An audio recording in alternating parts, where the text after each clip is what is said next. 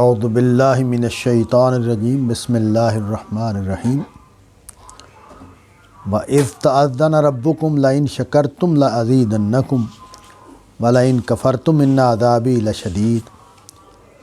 وَقَالَ مُوسَىٰ إِن تَكْفُرُوا أَنْتُمْ وَمَنْ فِي الْأَرْضِ جَمِيعًا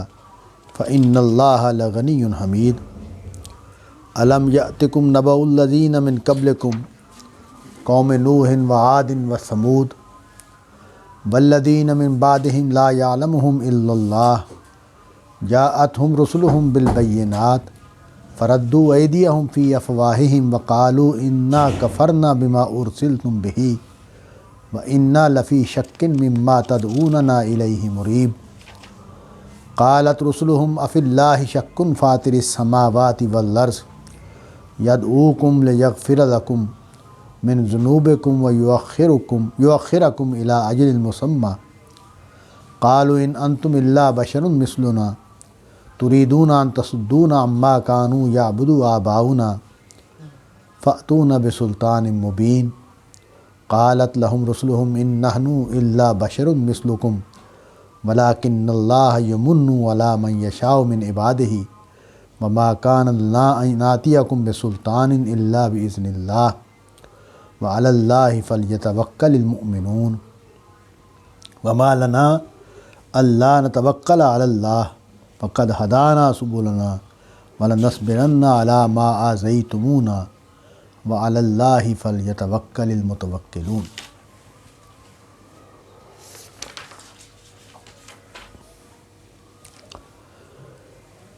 حضرت موسیٰ علیہ السلام کا واقعہ شروع ہوا ہے پیچھے رکوع سے، اور اس سے پہلے یہ تمہید اس صورت کی بیان ہوئی کہ یہ کتاب اس لیے نازل ہوئی ہے کہ تم لوگوں کو کفر کی تاریکیوں سے نکال کر اللہ کی ہدایت کی روشنی کی طرف لے جاؤ، اور اس کے بعد یہ بیان ہوا کہ رسولوں کے بارے میں ہمارا طریقہ کار کیا ہے کہ ہم ہر قوم میں اس کی زبان میں اپنی ہدایت اتارتے ہیں تاکہ لوگوں کو تک بات صحیح طریقے سے پہنچ جائے، اور پھر اللہ جس کو توفیق دے وہ ہدایت پائے، اور جس کو اللہ توفیق نہ دے وہ ہدایت سے محروم رہے۔ پھر حضرت موسیٰ علیہ السلام کا واقعہ بیان ہونا شروع ہوا۔ تو حضرت موسیٰ علیہ السلام جو ہیں وہ اپنی دعوت اور اپنی حیثیت جو ان کی ہے مذہبی تاریخ میں، اس میں اور نبی صلی اللہ علیہ وسلم کی زندگی اور تاریخی حیثیت میں بڑی مشابہت ہے۔ حضرت موسیٰ علیہ السلام بھی ایک بڑی امت اور ایک بڑی قوم کے بننے کا باعث بنے ہیں، اور ایک بڑی تہذیب کو وجود میں لانے کا ذریعہ بنے ہیں، اسی طرح نبی صلی اللہ علیہ وسلم بھی بنے ہیں۔ پھر شریعت جس طرح حضرت موسیٰ علیہ السلام پر اپنی مکمل صورت میں نازل ہوئی ہے، نبی صلی اللہ علیہ وسلم پر بھی نازل ہوئی ہے۔ تو اس طرح کی بہت ساری چیزیں ہیں جو وجہ بنتی ہیں قرآن مجید میں حضرت موسیٰ علیہ السلام کے ذکر کا۔ پھر اس صورت کو پڑھتے ہوئے مجھے یہ احساس ہوتا ہے کہ عرب مکے میں یہ بات کہی جا رہی ہے، نازل ہوئی ہے صورت، اور مکی صورتوں میں بھی حضرت موسیٰ علیہ السلام کا ذکر بار بار آ رہا ہے۔ تو اس کا مطلب یہ ہے کہ یہودیوں کے ساتھ کیونکہ عربوں کا واسطہ براہ راست ہے، ان کے تجارتی سفروں میں بھی، اور پھر عرب میں آباد بھی ہیں، یہاں مدینہ میں بھی آباد ہیں، وہ خیبر میں بھی آباد ہیں، اور پھر جو یمن وغیرہ کے علاقے میں مسیحی بھی آباد ہیں۔ تو ان سب کی وجہ سے عربوں کو واقفیت ہے حضرت موسیٰ علیہ السلام کی مذہبی حیثیت سے بھی، اور ان کے کام سے بھی، اور ان کے جو داستان حیات ہے اس سے بھی ان کی واقفیت ہے۔ تو وہ بڑی مناسبت رکھتی ہے کہ ان حضرت موسیٰ علیہ السلام کے واقعات کو تفصیل سے بیان کیا جائے، کیونکہ وہ عربوں کے لیے اس میں عبرت کا سامان موجود ہے اور ان کی مناسبت بھی ان کو حاصل ہے۔ قرآن مجید میں یہ بات قرآن مجید کو اگر تھارولی پڑھیں، پوری طرح پڑھیں، تو یہ بات واضح ہو جاتی ہے کہ قرآن مجید نے عربوں کو جب مخاطب بنایا ہے تو اس میں ان کے مطالعے اور ان کے علم اور ان کی واقفیت اور ان کا جو جن چیزوں سے ان کا واسطہ ہے اس سے انہوں نے قرآن مجید نے اس کا ملحوظ رکھا ہے۔ اور اس سے داعی جو ہے اس کے بارے میں بھی ایک بات واضح ہوتی ہے کہ دعوت کا کام کرنے والا جو ہے اس کے لیے ضروری ہے کہ وہ اپنے ماحول کی جو روایات ہیں اور ماحول کا جو تقاضے ہیں ان کو سامنے رکھ کر وہ اپنی بات کو بیان کرے۔ تو حضرت موسیٰ علیہ السلام جو ہیں وہ انہوں نے کیا دعوت دی اور ان کی دعوت کا رسپانس ان کو کیا ملا اور پھر اس کا نتیجہ کیا نکلا، یہ سب چیزیں قرآن مجید نے موضوع بنائی ہیں اس بات کو واضح کرنے کے لیے کہ حضرت محمد صلی اللہ علیہ وسلم کے جو مخاطب ہیں ان کو معلوم ہو جائے کہ ان کے ساتھ کیا ہو سکتا ہے، کیا معاملہ ہو سکتا ہے، نتیجہ کیا نکل سکتا ہے اس دعوت کا۔ تو قرآن مجید میں ہم نے یہ دیکھا کہ یہ اللہ تعالیٰ نے حضرت موسیٰ کو یہ ہدایت دی کہ آپ ان کو ایام اللہ سے خبردار کریں، ایام اللہ کے حوالے سے ان کو خبردار کریں۔ تو اس کا مطلب یہ ہے کہ جو ایام اللہ کا لفظ جو ہے وہ ہم اس معنی میں قرآن مجید میں پاتے ہیں کہ جو بڑے بڑے واقعات انسانی تاریخ میں ہوئے ہیں جس میں اللہ نے مداخلت کر کے کچھ نتائج پیدا کیے۔ اللہ تعالیٰ کا جو طریقہ کار قرآن مجید سے معلوم ہوتا ہے اور انسانی تاریخ پر بھی غور کرنے سے معلوم ہوتا ہے وہ یہ کہ اللہ تعالیٰ اس دنیا کو انسانوں کے حوالے کر دیا ہے، لیکن ان کی حکومت چونکہ کائنات میں قائم ہے تو اس چھوٹی سے کرے پر جو انسان آباد ہے اس کو انہوں نے بنا دیا ہے، مالک بنا دیا ہے اس زمین کا اور با اختیار بھی بنایا ہے، لیکن یہ نہیں ہے کہ اس کے اوپر کوئی رکاوٹ نہیں موجود، نہیں، وہ جب یہ دیکھتے ہیں کہ اب مجھے مداخلت کرنی ہے انسان کے ظلم و ستم کو ختم کرنے کے لیے، انسان کے جبر کو ختم کرنے کے لیے، انسان کے استحصالی طاقت کو ختم کرنے کے لیے، تو وہ مداخلت کرتے ہیں اور تبدیلی آ جاتی۔ تو یہ جو چیز ہے اس کو ہم کہتے ہیں ایام اللہ، یہ جو واقعات ہیں بڑے بڑے تاریخی واقعات ان کو ایام اللہ کے لفظ سے بیان کیا گیا ہے۔ اور خاص طور پر اس میں جو رسولوں کا معاملہ ہے، رسولوں کی قوموں کے واقعات ہیں ان کو بھی ایام اللہ کے لفظ سے بیان کیا گیا۔ تو حضرت موسیٰ کو یہ ہدایت کی گئی کہ آپ ایام اللہ سے لوگوں کو تذکیر کریں۔ تو مطلب یہ ہے کہ لوگوں کو بتائیں کہ اگر تم نے خدا کے پیغام کو قبول نہ کیا اور اس کے تقاضے پورے نہ کیے تو خدا کیا کرتا رہا ہے، وہ کیا کرے گا۔ تو اس سے قرآن مجید کا تاریخ کے بارے میں جو ایک تصور ہے وہ بھی ہمارے سامنے آتا ہے، وہ یہ کہ جو انسانی تاریخ ہے اس میں جو عروج اور زوال اور حالات کی تبدیلی کے جو واقعات ہوتے ہیں اس کے پیچھے کوئی اخلاقی اصول ہیں، کیونکہ بظاہر یہ لگتا ہے کہ عام طور پر نگاہ ہماری جو ہے وہ ہماری عقل جو ہے وہ اس نتیجے پر پہنچتی ہے کہ یہاں محنت اور کوشش اور جد و جہد جو ہے اسی کا اصول کار فرما ہے۔ تو قرآن مجید کا اس کے برعکس یہ ہے کہ اخلاقی اصول، یعنی دنیا اگر اخلاق کے اصولوں کو ملحوظ نہیں رکھے گی تو پھر اللہ تعالیٰ اس سے کچھ نتائج پیدا کرتے ہیں۔ تو اب اس کے بعد حضرت موسیٰ علیہ السلام کا ایک بیان بھی نقل کیا قرآن مجید نے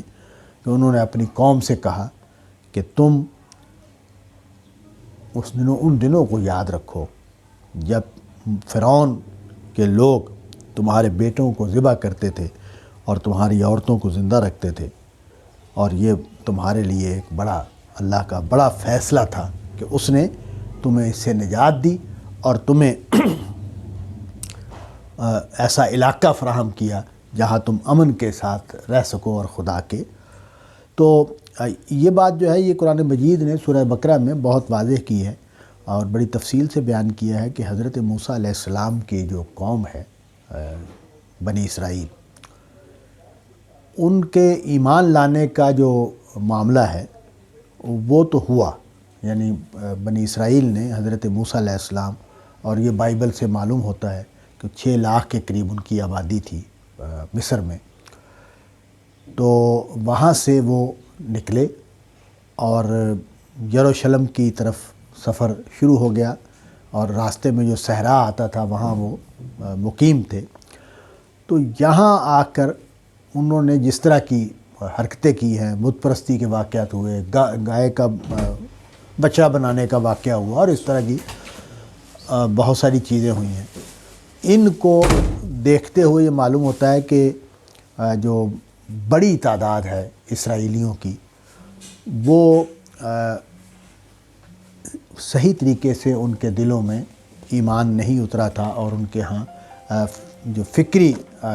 مسائل ہیں وہ موجود تھے، ان کے عملی مسائل بھی موجود تھے۔ تو اس وجہ سے یہ جو کلام ہے کہ موسیٰ نے اپنی قوم سے کہا کہ یاد کرو اللہ کی اس نعمت کو جو اس نے تم پر کی، کہ جب اس نے تمہیں فرعون سے نجات دی جو اس طرح کے مظالم کرتے تھے کہ لڑکوں کو مار دیتے تھے اور عورتوں کو زندہ رکھتے تھے۔ تو اس کا مطلب یہ ہے کہ اس کی ضرورت حضرت موسیٰ کو بعد میں بھی پیش آئی۔ نبی صلی اللہ علیہ وسلم کا جو معاملہ ہے اس میں وہ حالات نہیں ہیں۔ مکے میں جو لوگ مسلمان ہوئے ہیں ان کو چونکہ ایک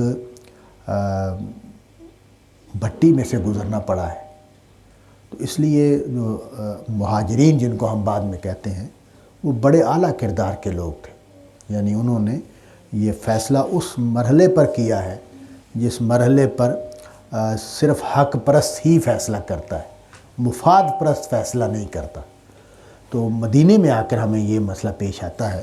کہ وہاں مفاد پرستی کی بنیاد پر بھی لوگ اسلام قبول کر رہے ہیں، جن کو ہم منافقین کہہ رہے ہیں۔ وہ اصل میں کیا ہیں؟ اصل میں وہ لوگ ہیں کہ جن کو اب نظر آ رہا ہے کہ حضور کا ساتھ دینے میں مفادات ہیں، دنیاوی مفادات ہیں، اور اس وجہ سے وہ ایمان قبول کر رہے ہیں۔ تو مکے میں یہ صورتحال نہیں تھی، لہذا حضور کے جو اصل ساتھی ہیں جن کو ہم صحابہ کہتے ہیں، یہ وہ لوگ ہیں جو بڑے غیر معمولی کردار کے ہیں، بڑے غیر معمولی عمل کے ہیں، یعنی انہوں نے عمل کے وہ تقاضے پورے کیے ہیں کہ جو جس کی مثال دینا تو ممکن ہے، جس کو کاپی کرنا بظاہر ممکن نظر نہیں آتا۔ تو حضرت موسیٰ کے ساتھ یہ معاملہ نہیں ہے۔ ان کی جو قوم تھی وہ چونکہ وہاں غلامی کی حالت میں تھی، اور ان کو جس طریقے سے استعمال کیا جا رہا تھا، وہاں استحصال ان کا کیا جا رہا تھا، بالکل وہی صورتحال، اس سے ملتی جلتی صورتحال کا ہم کر سکتے ہیں کہ جو ہندوستان میں انگریزوں کی حکومت کے زمانے میں تھا۔ تو انگریزوں کے خلاف جو تحریک چلی ہے اس میں سارے لوگ کوئی انٹلیکچول نہیں تھے یا کسی اصول پر نہیں تھے، وہ مفادات کا اصول جو ہے وہ زیادہ کار فرما رہا، اور اسی وجہ سے دونوں ملکوں میں بہت سارے مسائل موجود ہیں آزادی حاصل ہونے کے باوجود۔ تو یہی معاملہ ہمیں نظر آتا ہے موسیٰ علیہ السلام کے ساتھ، کہ ان کے ساتھ جو لاکھوں لوگ نکلے مصر سے،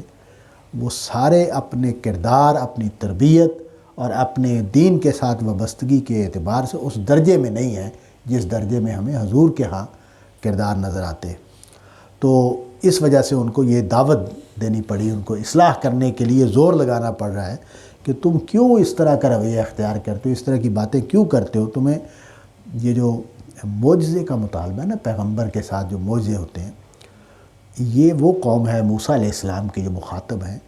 کہ جنہوں نے آنکھوں سے ان کو دیکھا ہے، یعنی قومی سطح پر معجزے ظاہر ہوئے ہیں، من و سلویٰ کا اترنا،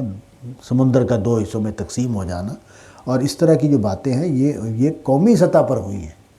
اس کے باوجود نہ دین کے ساتھ وابستگی میں وہ پختگی نظر آتی ہے، نہ موسیٰ کے ساتھ وابستگی میں وہ پختگی نظر آتی ہے، اور نہ مشن کے ساتھ وابستگی میں وہ پختگی نظر آتی ہے۔ تو اس لیے یہ بات وہ کہہ رہے ہیں کہ تم اس دن کو یاد کرو جب اللہ نے تمہیں نجات دی تھی۔ اب اگلی آیت یہ ہے کہ وَإِذْ تَعَذَّنَ رَبُّكُمْ لَئِن شَكَرْتُمْ لَأَزِيدَنَّكُمْ، اور جب اللہ تعالیٰ نے یہ اعلان کیا کہ اگر تم نے شکر گزاری کی تو ہم مزید بڑھائیں گے، یعنی ایک نجات تو یہ ملی ہے تمہیں کہ تم فرعون سے نجات پا کے آ گئے ہو، وہاں جو تمہاری رسوائی اور ذلت کی حالت تھی اس سے تم نکل آئے ہو۔ اس کے ساتھ ہی میں تم سے وعدہ کرتا ہوں کہ اگر تم شکر گزاری کرو گے تو میں تمہیں مزید دوں گا۔ اب یہ شکر گزاری کا مطلب یہ ہے کہ یہ جو لفظ ہے شکر کا جو لفظ ہے، ان شکر تم، یہ پورے دین کی ایک روح کو بیان کرتا ہے کہ اصل میں ہمارا جو خدا کے ساتھ تعلق ہے وہ شکر سے پیدا ہوتا ہے، یعنی اس کی بنیاد شکر ہے۔ اور شکر کیوں ہے؟ اس لیے کہ ہم اللہ تعالیٰ کی نعمتوں کے سمندر میں جی رہے ہیں، اللہ تعالیٰ کی عنایات کے سمندر میں جی رہے ہیں۔ اس نے جس طرح کا ہمیں وجود بخشا ہے، جس طرح کی ہمیں صلاحیتیں دی ہیں، جس طرح کی ہمیں قرہ دیا ہے جس میں ہم آباد ہیں، اور گنتے چلے جائیں، یعنی اللہ تعالیٰ کی جو عنایات ہیں۔ اور یہ جو سب سے بڑا مسئلہ ہمیں نظر آتا ہے کہ اس دنیا میں انسانوں کے لیے مصیبتیں ہیں اور دشواریاں ہیں، یہ اگر تجزیہ کیا جائے آبجیکٹیولی تو واضح ہو جاتا ہے کہ اس کے پیچھے انسان ہے، اس کے پیچھے قدرت نہیں ہے۔ یعنی جو کچھ بھی نظر آتا ہے وہ بہت چند واقعات ہیں جس میں قدرت کہیں نظر آئے گی، لیکن جو اصل ظلم ہے وہ انسان ہے جو انسان کے اوپر کر رہا ہے۔ تو اس نے دیا ہے۔ اور ابھی میں وہ ایک لاہور کے پروفیسر صاحب ہیں، اس پر بات کر رہے تھے، مفتاح اسماعیل پر تنقید کر رہے تھے، تو اس کا کلپ میں سن رہا تھا۔ مفتاح اسماعیل صاحب نے کہا کہ پاکستان کی آبادی بہت زیادہ ہے اور اس وجہ سے ہمارے بڑے مسئلے ہیں، کوئی آرٹیکل لکھا تھا انہوں نے اس کے جواب میں کہا کہ دنیا میں اس وقت صورتحال یہ ہے کہ جتنی آبادی ہے دنیا کی اس سے 4 گنا زیادہ خوراک پیدا ہو سکتی ہے، ہو رہی ہے، یعنی خوراک کا مسئلہ نہیں ہے۔ ہمارے ہاں لوگ بھوکے مر رہے ہیں، اس کی وجہ یہ نہیں ہے کہ دنیا خوراک دینے کی پوزیشن میں نہیں ہے، اس کی وجہ یہ ہے کہ انسان استحصال کر رہے ہیں، انسانوں نے لوٹ کھسوٹ مچائی ہوئی ہے، انسانوں نے وسائل پر قبضہ کیا ہوا ہے، حکومتوں کی نااہلیاں ہیں، جس کی وجہ سے یہ صورتحال ہے۔ تو یہ جو خدا کا انعام ہے اتنا بڑا کہ اس نے ایک اعلیٰ ترین مخلوق بنائی ہے اور اس کے لیے پوری زندگی کے وسائل فراہم کیے ہوئے ہیں، اس کی ساری ضرورتوں کو پورا کرنے کے وسائل فراہم کیے ہوئے ہیں۔ اس کے اوپر ہمیں اس کے ساتھ شکر کے ساتھ وابستہ ہونا ہے۔ ہمارا خدا کے ساتھ تعلق کا آغاز شکر کے جذبے سے ہوتا ہے کہ اس نے مجھے جان دی، اس نے مجھے مال دیا، اس نے مجھے آرائشیں دیں، اس نے مجھے آسائشیں دیں، اور میرے اندر جو تقاضے رکھے ان کا سامان فراہم کیا، تو میں اس کا شکر گزار بنوں۔ تو وہ کہتے ہیں کہ اللہ تعالیٰ کہتے ہیں کہ تم شکر گزار بنو تو میں تمہیں مزید دوں گا۔ یہ جو مزید دوں گا کا لفظ ہے، اس کے اوپر ایک مسئلہ پیدا ہوتا ہے، اور وہ بڑا جینون سوال ہے۔ وہ سوال یہ ہے کہ کیا نیک آدمی خوشحال ہوتا ہے؟ یہ لازماً ہوتا ہے کہ جو نیک ہو جائے گا وہ خوشحال ہو جائے گا، جو اللہ کا شکر گزار ہوگا وہ خوشحال ہو جائے گا؟ تو ایسا تو نہیں ہوتا، یہ تو ہمارے تجربے اور مشاہدے کے خلاف ہے۔ ہم تو یہ دیکھتے ہیں کہ بعض بد کردار لوگ بڑے خوشحال ہیں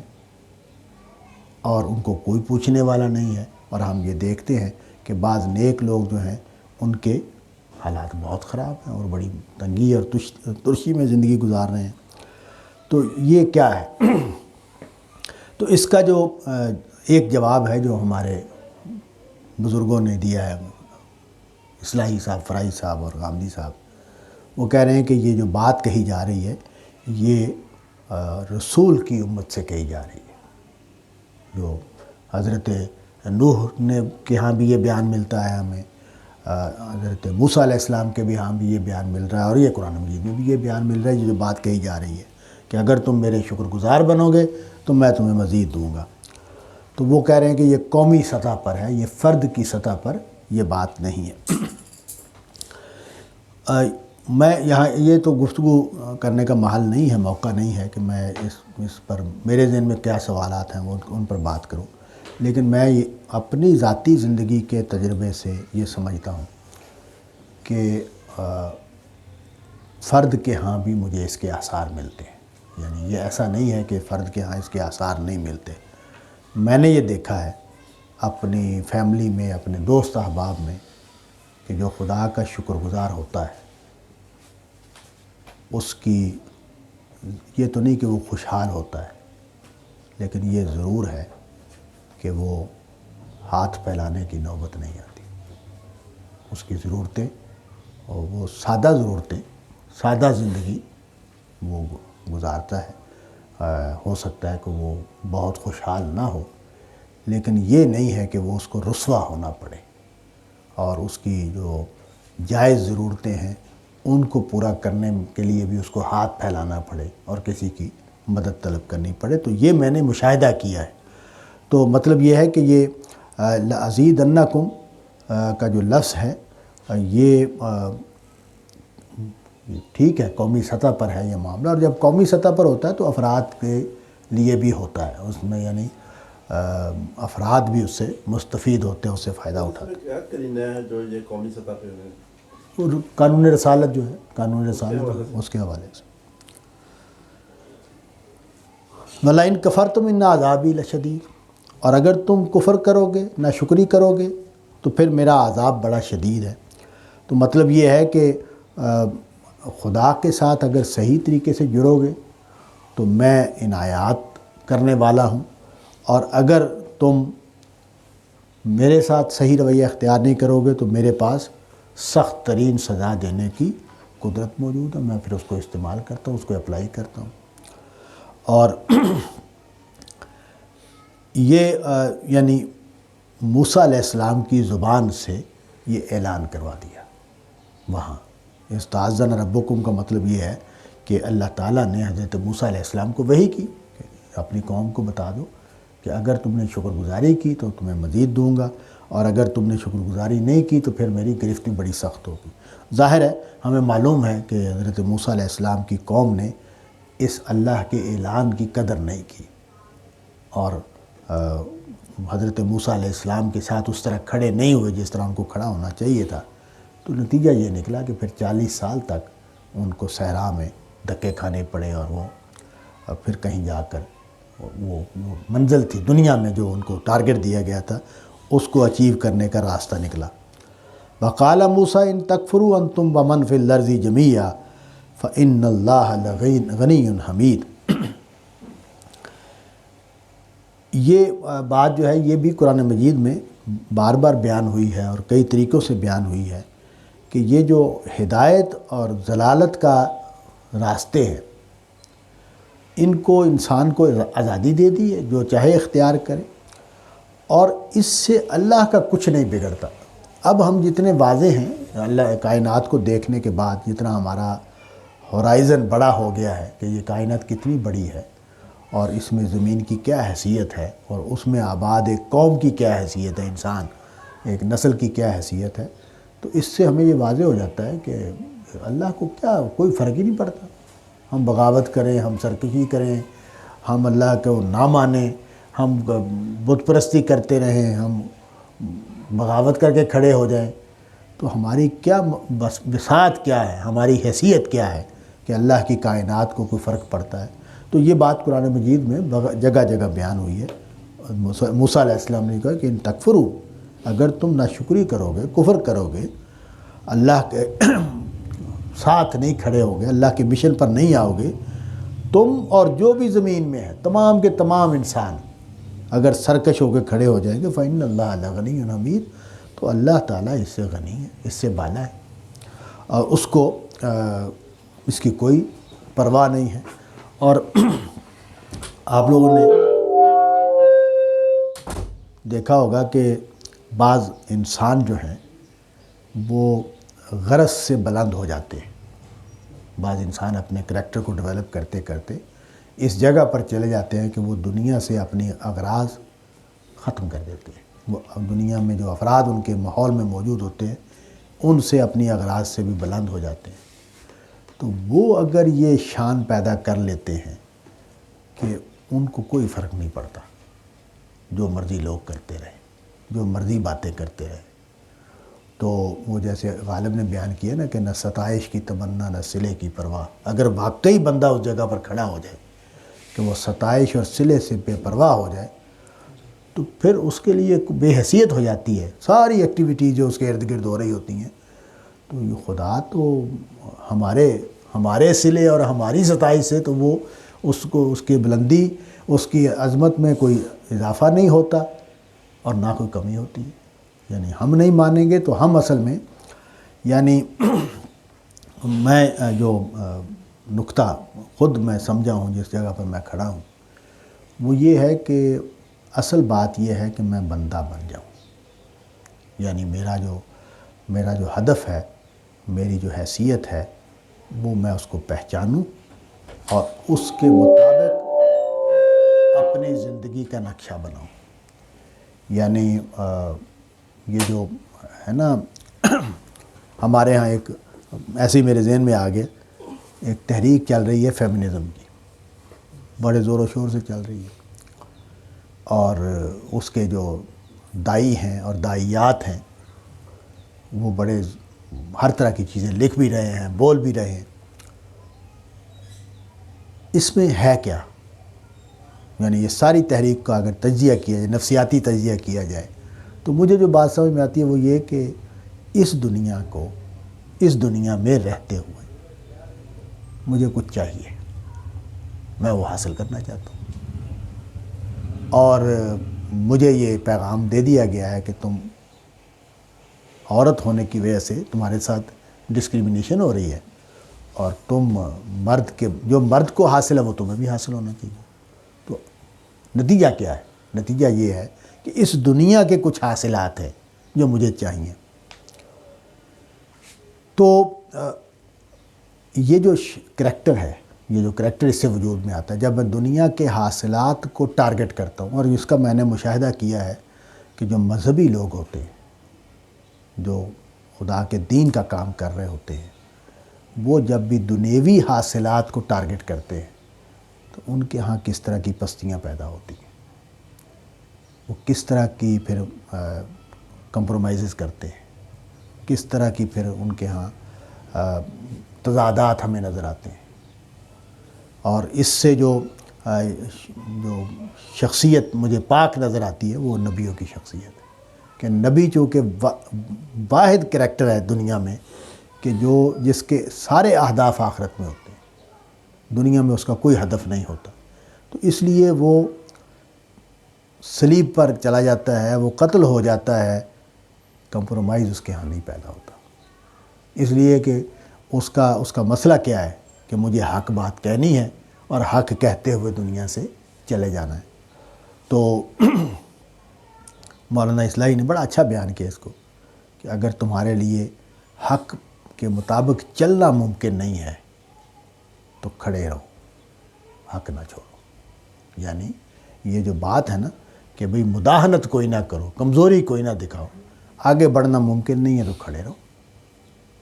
حق کے ساتھ کھڑے رہو اور اسی طرح دنیا سے رخصت ہو جاؤ. تو یہ جو بات ہے یہ میں یعنی سمجھتا ہوں کہ حق ہے کیا؟ ایک ہی ہے حق اس دنیا کا کہ میں خدا کا بندہ ہوں اور مجھے بندے کی حیثیت سے جینا ہے، مجھے بندگی میں رہنا ہے. بندگی سے مجھے کسی صورت میں ڈیویٹ نہیں کرنا، اس سے انحراف نہیں کرنا، مجھے ہر حال میں بندگی کی حیثیت سے جینا ہے. اور بندگی کا مطلب کیا ہے؟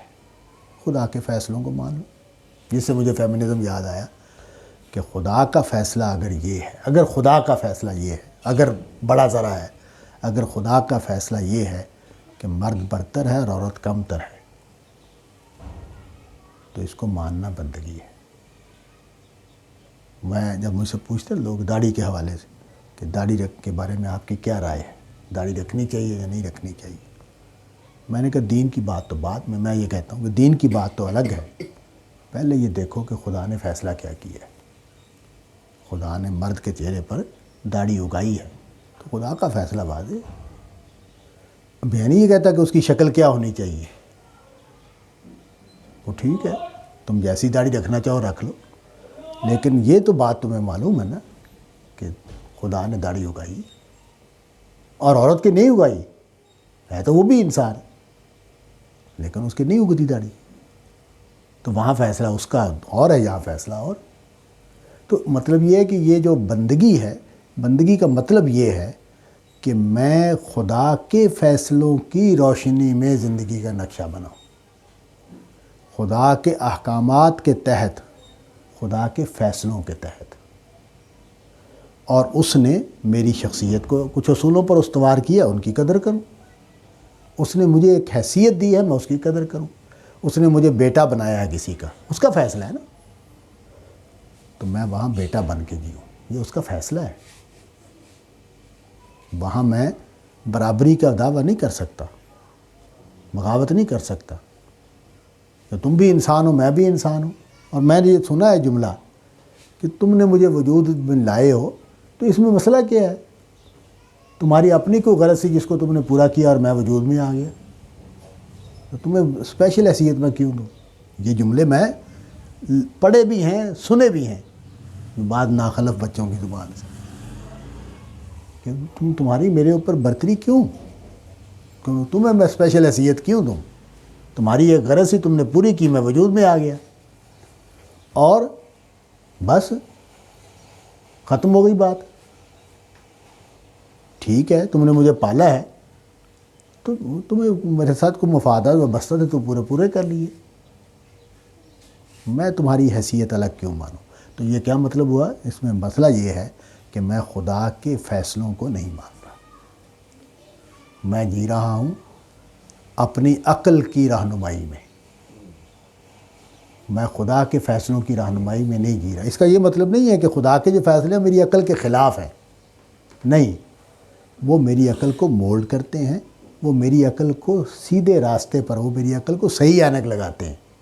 کہ تمہیں اگر جینا ہے تو اس طرح جیو، اور یہی تمہاری فطرت کے مطابق ہے، یہی تمہاری شخصیت کے مطابق ہے، یہی تمہاری بناوٹ کے مطابق ہے۔ تو یہ جو کہا نا کہ اگر تم کفر کرو گے، اگر تم ناشکری کرو گے تو اللہ غنی ہے، اور یہ بات کہ تم جو کرو گے یہ تمہارے لیے بہتر ہے، یہ تمہارے لیے اچھا ہے، اس میں تمہارے لیے خیر ہے، اللہ کو اس سے کوئی فرق نہیں پڑتا۔ وہ غنی بھی ہے اور حمید بھی ہے، دو لفظ بڑے برمحل استعمال ہوئے ہیں۔ غنی کا مطلب یہ ہے کہ اس کو کوئی پرواہ نہیں ہے، اور حمید کا مطلب یہ ہے کہ اس کے ہاں کوئی کمی نہیں آتی، وہ ایک صاحب صفات ہے، اس کا خالق ہونا، اس کا مالک ہونا، اس کا مقتدر ہونا، اس کا حاکم ہونا، اس کا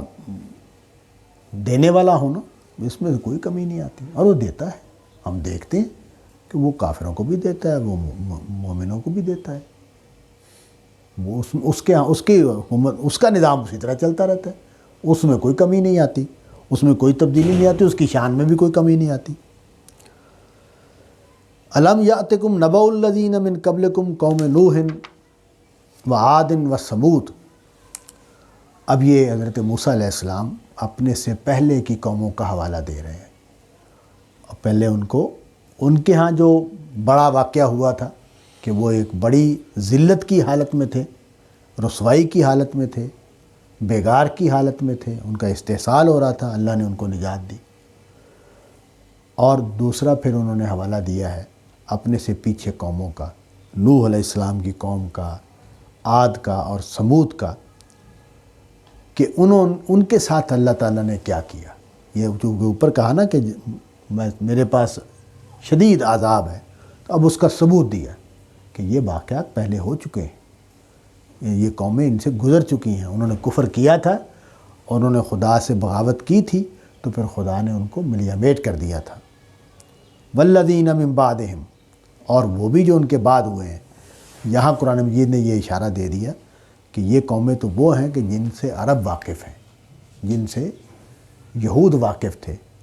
اس کے علاوہ قومیں بھی ہوئی ہیں، اس کے علاوہ رسول بھی ہوئے ہیں۔ لا یعلمہم الا اللہ، اللہ کے سوا ان کو کوئی نہیں جانتا۔ یہ بات جو ہے نا، یہ میں پہلے بھی عرض کر چکا ہوں کہ میرے ذہن میں سوال پیدا ہوتا ہے کہ انڈیا جو ہے وہ 7-8 ہزار سال کی تہذیب ہے، تو ہمیں یہاں کسی نبی اور رسول کے آنے کا کوئی بظاہر نہیں ملتا۔ کوئی جو شخصیتیں انڈیا میں بڑی حیثیت ہے جن کی، جیسے کرشن وغیرہ ہیں، ان کے بارے میں جو معلومات ہیں ہماری، وہ جو یہ روایت ہے ابراہیمی روایت، اس کے ساتھ اس کی مطابقت بڑی مشکوک ہے، اور بڑی بنائی تو جا سکتی ہے کھینچ تان کے، لیکن وہ ایسی نہیں ہے کہ جیسے روشنی ہوتی ہے کہ بھئی ہاں یہ ٹھیک ہے، یہ لگتا ہے کہ اسی سلسلے کی شخصیات ہیں یا ہستیاں ہیں۔ لیکن اس کی وجہ کیا ہے؟ ایسا کیوں نہیں ہوا؟ یہ قرآن نے کہا نا کہ بہت سارے لوگ آئے جن کو اللہ کے سوا کوئی نہیں جانتا، تو وجہ یہ ہے کہ جب کوئی شخص پیغمبر آتا ہے اور اس کی دعوت ناکام ہو جاتی ہے تو وہ تاریخ کے صفحے پر کیسے رہے گی؟ وہ تو رد ہو گیا، اس پر کوئی ایمان ہی نہیں لایا، نہ اس کا کوئی کتاب موجود رہے گی، نہ اس کی، وہ تو یہ جو نبیوں کے آثار موجود ہیں جن نبیوں کے، اس کی وجہ یہ ہے کہ بڑی ریاستیں قائم ہوئی ہیں۔ موسیٰ علیہ السلام کی قوم نے ایک بہت بڑی ریاست قائم کی ہے، دنیا پر 1000 سال حکومت، 2000 سال حکومت کی ہے انہوں نے۔ مسلمان ہیں، انہوں نے دنیا پر 1000 سال حکومت کی ہے۔ اس کے نتیجے میں مساجد اور ادارے اور لائبریریاں اور فلاں وجود میں آئے ہیں۔ تو جب تک اتنا بڑا واقعہ نہ ہو، کوئی شخصیت جو ہے وہ کیسے دنیا میں اس کا ریکارڈ رہ سکتا ہے؟ تو اس وجہ سے وہ تاریخ کے صفحات خالی ہیں اس طرح کی ہستیوں کے ذکر سے۔ تو یہ صرف یہ نہیں کہ پیغمبر موجود نہیں ہے، میں نے پہلے بھی ذکر کرتا رہتا ہوں کہ جب میں نے پڑھی ان کی شیخ اکرام کی کتابیں، رود کوثر، موج کوثر وغیرہ پڑھی، تو پتہ چلا کہ ہندوستان میں تو ہزاروں علماء پیدا ہوئے ہیں، تفسیریں لکھی گئی ہیں، لیکن سب غائب ہو گئے۔ یہ انہوں نے تذکروں سے اور سوانح عمریوں سے کچھ چیزیں نکال کے انہوں نے ان کا ذکر کر دیا ہے، وہ چیزیں بھی موجود نہیں ہیں، بس اس میں ہے، ریکارڈ میں رہ گئی کسی وجہ سے چیزیں۔ تو اس کا مطلب یہ ہے، اور اب بھی آپ دیکھیں کہ یہ بالکل ممکن ہے کہ ہمارے بعض دیہات میں بڑے جلیل قدر لوگ بیٹھے ہوئے ہوں، درویش لوگ ہیں، اپنا واعظ کرتے ہیں، نصیحت کرتے ہیں، وہ بس غائب ہو جائیں گے، دنیا سے چلے جائیں گے، کوئی ان کا نام نوا بھی نہیں ہوگا۔ تو یہ جو ہے، اس کو قرآن مجید نے کہا کہ اللہ کے سوا کوئی نہیں جانتا، اور ہستیاں بھی آئی ہیں اور رسول بھی آئے ہیں۔ جاءتہم رسلہم بالبینات، اور یہ رسول جو آئے وہ معجزے لے کر آئے، روشن دلیلیں لے کر آئے۔ فردوا ایدیہم فی افواہہم، اور انہوں نے کیا کیا، ان کی قوموں نے کیا کیا، انہوں نے ان کے منہ بند کرنے کی کوشش کی، ان کو اپنی بات ہی کرنے نہیں دی۔ اور یہ ہمیں معلوم ہوتا ہے کہ جو لوگ پیغمبر جو ہیں وہ جب دعوت دیتے ہیں، جب خاص طور پر ان علاقوں میں پیغمبروں کو کیا مشکلات پیش آئی ہوں گی جہاں کفر اقتدار میں ہے، جیسے مکے میں کفر اقتدار میں تھا، تو وہاں کیا صورتحال پیش آئی ہے۔ وہ تو حضرت ابو طالب جو ہیں، ان کا اگر بہت گہرا ساتھ نہ ہوتا، سیاسی ساتھ، وہ مسلمان تو نہیں ہوئے بخاری کی روایت کے مطابق۔ اگر میں اس لیے کہہ رہا ہوں کہ شیعہ حضرات اور بریلوی حضرات جو ہیں وہ مانتے ہیں کہ وہ مسلمان ہو گئے تھے، لیکن یہ ہے کہ اب زیادہ بخاری میں چونکہ روایت آ گئی تو زیادہ مقبول رائے وہ ہے کہ وہ مسلمان نہیں ہوئے، لیکن انہوں نے نبی صلی اللہ علیہ وسلم کا سیاسی ساتھ دیا ہے، انہوں نے کسی کو ہاتھ نہیں لگانے دیا۔ تو وہ ایک سبب ہے دنیا کا جس کی وجہ سے وہ، ورنہ ان کو بھی تشدد کا سامنا، جیسے صحابہ کو تشدد کا سامنا کرنا پڑا ہے کمزور صحابہ کو، ان کو بھی ہو سکتا کرنا پڑتا۔ تو انہوں نے منہ بند کرنے کی کوشش کی اور کہا کہ ہم منکر ہیں اس بات کے جس کے تحت تم آئے ہو، یعنی ہم تمہیں نہ رسول مانتے ہیں نہ تمہاری دعوت کو مانتے ہیں۔ وَإِنَّ لَفِي شَكٍّ مِّمَّا تَدْعُونَنَا إِلَيْهِ، اور جو بات جس کی طرف تم ہمیں بلا رہے ہو، ہمیں اس کے بارے میں شک ہے کہ یہ ٹھیک بھی ہے یا نہیں ٹھیک ہے۔ اب دیکھو قرآن مجید میں یہ جو ان کا قول بیان ہوا ہے کہ وہ کیا کہتے تھے پیغمبروں کو، تو اس کا مطلب یہ ہے کہ یہ جو زبان ہے نا انسان کی، یہ جو چاہے بول سکتی ہے۔ اور ہم دیکھتے ہیں، ہم اس کا بڑا اچھا مشاہدہ ہم کرتے ہیں جب ہمارے سیاستدان بیان دے رہے ہوتے ہیں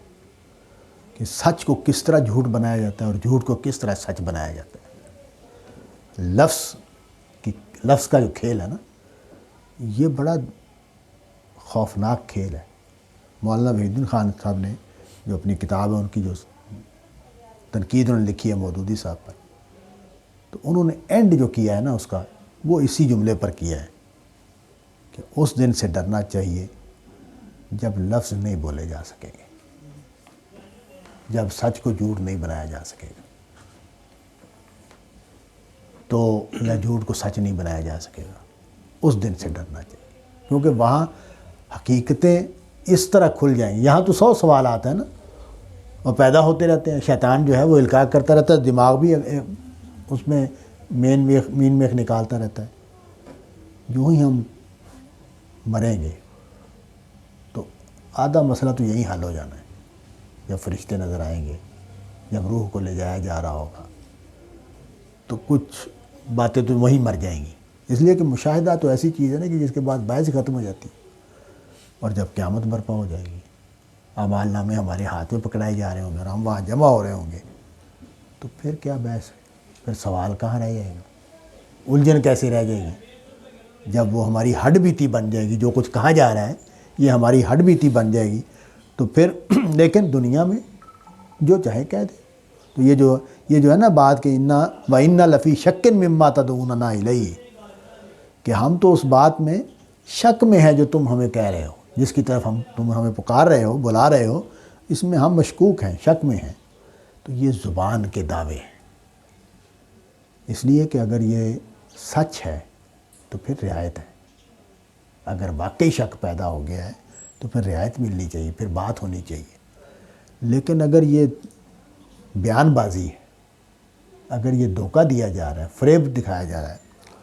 تو پھر جرم ہے، پھر زیادتی ہے۔ تو لیکن جواب دیا گیا، قالت رسلہم افی اللہ شک فاطر السماوات والارض،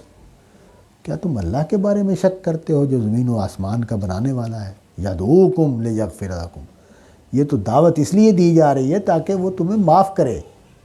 یعنی اس نے تمہاری مغفرت کا بندوبست کیا ہے، سامان کیا ہے، من ذنوبکم ویؤخرکم الی اجل مسمی، اور تمہیں مہلت دے ایک اجل مسمی تک۔ یہ جو آیت ہے اس کے بارے میں یہ سوال پیدا ہوتا ہے کہ اس اجل مسمی سے کیا مراد ہے۔ مودودی صاحب نے بڑا اچھا، وہ خیر بہت ان کا یہ کمال یہ ہے کہ وہ خلاصہ بڑا اچھا کر دیتے ہیں آراء کا، تو انہوں نے بڑا اچھا لکھا ہے کہ یہ اس میں 2 امکانات ہیں۔ ایک امکان تو یہ ہے کہ یہ قوم کی عمر کی بات کی جا رہی ہے کہ جو عذاب آنا ہے قوم کے اوپر آنا ہے، تو قوم جو ہے اس کی جو مہلت عمر ہے وہ بڑھ جائے گی، اور یہ بھی معنی ہو سکتے ہیں کہ افراد کی عمر بڑھ جائے گی۔ لیکن جو بھی ہو، ایک بات طے ہو گئی اس سے کہ اجل مسمی یعنی طے شدہ عمر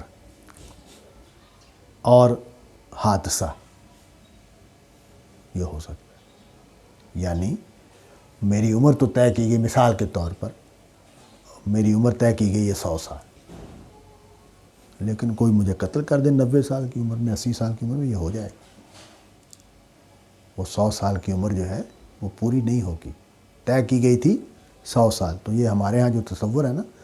کہ جو عمر طے کی گئی ہے وہ نافذ ہو جاتی ہے، نافذ ہوگی، لازماً نافذ ہوگی، قرآن مجید کی اس آیت سے واضح ہوتا ہے کہ ایسا نہیں ہے۔ اللہ تعالیٰ نے امکانات کو اوپن رکھا ہے، اگر امکانات کو اوپن نہ رکھا جائے تو آزمائش ختم ہو جائے گی، پھر امتحان کس چیز کا ہے؟ تو امکانات اوپن ہیں۔ ہاں یہ بات ٹھیک ہے کہ اگر اللہ چاہے گا تو نہیں ہوگا، وہ مداخلت کرے گا تو نہیں ہوگا، اجل مسمى تک پہنچ جائے گا۔ تو یہاں وہی بتایا جا رہا ہے کہ اگر تم میری بات کو مان لو، پیغمبر کی دعوت کو قبول کر لو، تو میں اجل مسمى تک لے جاؤں گا، اور اگر نہیں قبول کرو گے تو میں ہی، اللہ ہی عذاب نازل کر کے مار دے گا، اجل مسمى پوری نہیں ہوگی۔ تو یہ بات یہاں تو اب دوسرا اعتراض آ گیا۔ پہلا انہوں نے کیا کہا کہ جو تم دعوت پیش کر رہے ہو ہمیں اس میں شک ہے، یعنی کیا شک ہے کہ تم پیغمبر ہو یا نہیں ہو، یہ ہمیں شک ہے اس میں۔ اور یہ دیکھیں آج بھی جو دنیا ہے وہ کیا کہہ رہی ہے ہماری دعوت کے، رسول اللہ صلی اللہ علیہ وسلم کی دعوت، ہماری دعوت تو نہیں، رسول اللہ صلی اللہ علیہ وسلم کی دعوت کے حوالے سے، کہ یہ پیغمبر ہونے والی بات نہیں سمجھ میں آتی، قابل قبول نہیں لگتی۔ یہ لگتا ہے کوئی دانشور آدمی ہے اس زمانے کا، اور لوگوں کو متاثر کرنے کا چونکہ ایک ٹول تھا کہ وہ کہا جائے کہ اوپر والی طاقت میں جو مجھ سے مخاطب ہوتی ہے اور بات کرتی ہے، وہ اس نے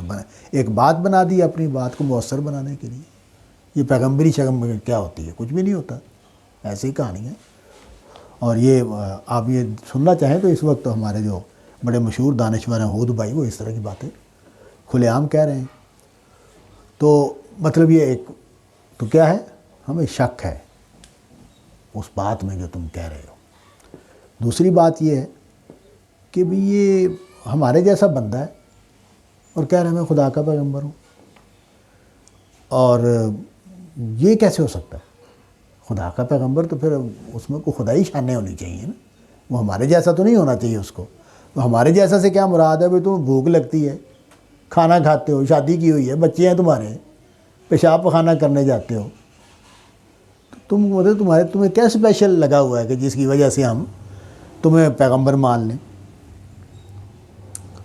اور دوسرا ظلم تم کیا کر رہے ہو؟ تریدون ان تصدونا عما کانوا یعبدوا آباؤنا، یہ جو پیغمبروں ہو تمہیں کیا مسئلہ ہے کہ تم ہمیں اس راستے سے روک رہے ہو کہ جس پر ہمارے آبا چلتے رہے ہیں، جس پر ہماری روایت ہے۔ یہ روایت کا جو لفظ ہے یہ بڑا پرکشش ہے انسانوں کے لیے۔ وہ انڈیا میں کیا لفظ کہتے ہیں؟ پرارتھنا، ہماری پرارتھنا ہے یہ۔ تو یہ پرارتھنا جو ہے یہ بڑا مسئلہ ہے انسان کا، کہ یہ ہماری تو روایت ہے، ہمارے تو پرکھوں نے یہ کیا ہوا ہے، ہم تو یہ ہیں، ہم تو وہ ہیں۔ اور یہ انہوں نے کہا کہ بھئی یہ کیا مسئلہ ہے کہ تم لوگ جو چاہتے ہو کہ ہم اس کو چھوڑ دیں جو ہمارے بڑے کرتے رہے ہیں۔ فَأْتُنَا بِسُلْطَانٍ مُبِينٍ، کوئی بڑی چیز لے کے آؤ نا، سلطان مبین لے کے آؤ، یعنی کوئی ایسا واقعہ جو ثابت کر دے کہ تم خدا کے رسول ہو۔ اب مسئلہ یہ ہے کہ یہ جو مطالبہ ہے کہ کوئی ایسی چیز دکھاؤ، ایسی لے کے آؤ کہ جو ثابت کر دے کہ تم خدا کے رسول ہو، تو وہ چیز جب آ جائے گی تو اس کا نتیجہ کیا ہے؟ امتحان ختم ہو گیا۔ میں بچوں سے پڑھاتے ہوئے کہتا ہوں کہ اگر اللہ تعالیٰ صرف ایک کام کر دے کہ جو بندہ جھوٹ بولے اس کی زبان پر پھوڑا نہیں کرائے، تو کیا ہوگا؟ امتحان ختم؟ امتحان کہاں رہا؟ اگر یہ ہو جائے کہ میں کسی عورت کی طرف بری نظر سے دیکھوں اور میری کھتی پہ ایک زوردار تھپڑ پڑے غیبی، تو میرے جیسا نیک کوئی ہو ہی نہیں سکتا، کہ امتحان ختم ہو گیا۔ تو اس لیے یہ تو ہو نہیں سکتا، یہ تو امتحان کے اصول کے خلاف ہے کہ ایسی چیز ظاہر کر دی جائے کہ جو بحث کو ختم کر دے۔ عقل سے، شعور سے مجھے بات کو سمجھنا ہے، ماننا ہے۔ تو کہا کہ انہوں نے مطالبہ کیا کیا کہ ہمیں ایسی چیز دکھا دو کہ جو بات کو بالکل کھول دے۔ قالت لہم رسلہم ان نحن الا بشر مثلکم، بھئی تمہاری بات بالکل ٹھیک ہے، ہم تو تمہاری طرح کے افراد ہیں، تمہاری طرح کے انسان ہیں۔ ولیکن اللہ یمن علی من یشاء من عبادہ، اور یہ اللہ کا کرم ہے وہ جس پر کر دے اپنے بندوں میں سے۔ یہ جو بات قرآن مجید میں کہی جاتی ہے نا کہ اللہ جس پر کرم کر دے، اس کو قرآن مجید نے کھولا ہے، بعض جگہوں تفصیل سے بیان کر دیا ہے کہ اللہ جب کسی بندے کو رسول بنانے کا، نبی بنانے کا فیصلہ کرتا ہے تو وہ علی علم کرتا ہے۔ اس بندے میں وہ سطح ہوتی ہے، وہ کردار ہوتا ہے، وہ صلاحیت ہوتی ہے جس کی بنیاد پر یہ فیصلہ ہوتا ہے کہ اس کو پیغمبر بنایا جائے گا۔ لیکن ظاہر ہے چونکہ فیصلہ اللہ کا ہے، آخری بات اس کے پاس ہے، وہی فیصلہ کرتا ہے۔ یہ کسی کی تمنا پر، کسی کی درخواست پر، کسی کورس کر کے یہ چیز حاصل نہیں ہو سکتی، تو اس لیے اس کو اس طرح بیان کیا گیا وَلَٰكِنَّ اللَّهَ يُمَنُّ عَلَىٰ مَن يَشَاءُ مِنْ عِبَادِهِ وَمَا كَانَ لَنَا أَن نَّأْتِيَكُم بِسُلْطَانٍ إِلَّا بِإِذْنِ اللَّهِ، اور ہمارے اختیار میں کہاں ہے کہ ہم ایسی کوئی سلطان لے آئیں کہ جس سے مسئلہ ختم ہو جائے، وہ تو اللہ ہی ہے۔ اگر وہ ہمیں کوئی چیز عطا کر دے گا تو ہم دکھا دیں گے۔ وَعَلَى اللَّهِ فَلْيَتَوَكَّلِ الْمُؤْمِنُونَ، اور ہمارا اعتماد اللہ ہی پر ہے۔ مطلب یہ ہے کہ اس معاملے میں ہم خود کچھ کرنے کی پوزیشن میں نہیں ہیں، ہمیں اللہ پر اعتماد ہے، وہ جو چاہے گا وہ ظاہر کر دے گا۔ اب انہوں نے اس کی دلیل دی، وَمَا لَنَا أَن لَّا نَتَوَكَّلَ عَلَى اللَّهِ وَقَدْ هَدَانَا سُبُلَنَا وَلَنَصْبِرَنَّ عَلَىٰ مَا آذَيْتُمُونَا وَعَلَى اللَّهِ فَلْيَتَوَكَّلِ الْمُتَوَكِّلُونَ، ہم کیوں نہ اللہ پر بھروسہ رکھیں، اس نے ہمیں اپنے راستوں کی ہدایت دی ہے، اور ہم صبر کریں گے جو اذیتیں تم ہمیں دے رہے ہو۔ مطلب یہ ہے کہ ہم اس معاملے میں اللہ کی مدد، اللہ کی عنایت کا انتظار کریں گے۔ صبر جو ہے اس کا مطلب یہ ہوتا ہے کہ میں اپنے راستے پر قائم ہوں اور نتیجے کا انتظار کر رہا ہوں۔ دو چیزیں ہیں اس میں، ایک یہ کہ میں اپنے راستے پر قائم ہوں، اپنی بات پر قائم ہوں، اپنے مشن پر قائم ہوں، میں اس میں کوئی کمزوری نہیں دکھاؤں گا، اور نتیجہ کب نکلنا ہے وہ میں اللہ پر چھوڑتا ہوں، اور نتیجے کو شرط نہیں بناؤں گا کہ میں تب مانوں گا جب کوئی نتیجہ نکلے گا، ورنہ بات ہی ختم ہو جائے گی۔ تو انہوں نے کہا کہ ہمیں صبر کرنا ہے جو تم اذیتیں ہمیں دے رہے ہو، اور نتیجے کے اعتبار سے جو اللہ پر توکل کرنے والے ہیں وہ اللہ ہی پر توکل کرتے ہیں۔ وآخر دعوانا الحمدللہ رب